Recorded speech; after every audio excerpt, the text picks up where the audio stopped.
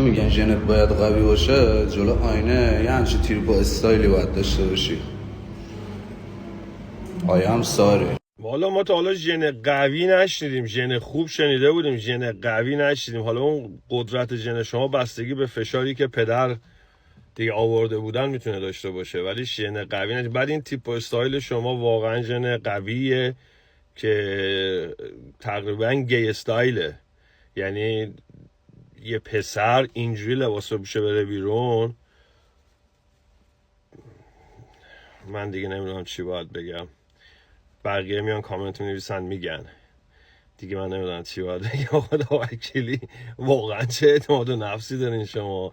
یعنی سوسی اگه اعتماد به نفس امثال تو رو داشت خودشو سیمرغ میدید به حضرت عباس. یعنی دمت گرم با اینکه انقدر اعتماد به نفست بالاه. آف کورس که تهران دوتا خوب داشته باشه 100% یکیش توی، یکیش هم اون رفیقته که پشتت وایساده.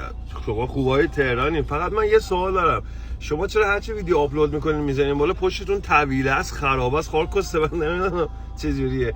بعد واقعا ریدم تو این انگلیسی حرف زدنتون با این لهجه تخمیتون. خب فارسی بگو کسخل خر، مجبوری مگه؟ نمیتونی یه تلفظش هم درست بگی؟ سلام. آقا ارسلان یه دونه از مدل‌های خوب کشورمون اومدن سالنمون. برای چه خدماتی اومدی آقا ارسلان؟ فرش کن. فقط فرش کنم؟ فر کن. آقا بریم فرش کنیم. آقا ارسلان که دیدین یکی از همون خوبای تهران ها که الان خیلی هم سیس لاتی دارن و بعد مدل هم هستن ایشون. بعد الان هم که همونجور که مشاهده کردین اومدن فر بکنن، ولی احتمالاً مایسرشون نیست، پشمای کونشونه که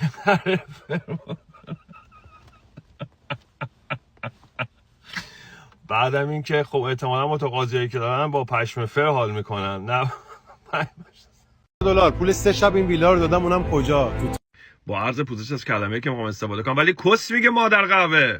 3 شب تو تایلند یه ویلا گرفتی، $30,000 شبی $10,000 تو تایلند اونم.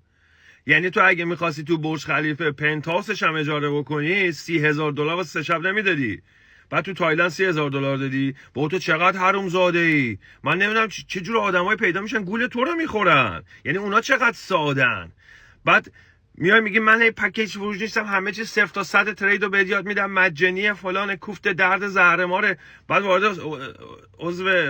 وارد سایت تلگرامت که میشن، عضو سایت تلگرامت میشن، بعد 2 دفعه یه پیام میاد بعد $100 به این صرافی واریز بکنی تا بتونی ادامه بدی. اون صرافی هم که مال خودتونه پوفیوز. من خارتو گاییدم چقدر تو دروغ گویی. بابا شما چقدر حرومزاده این.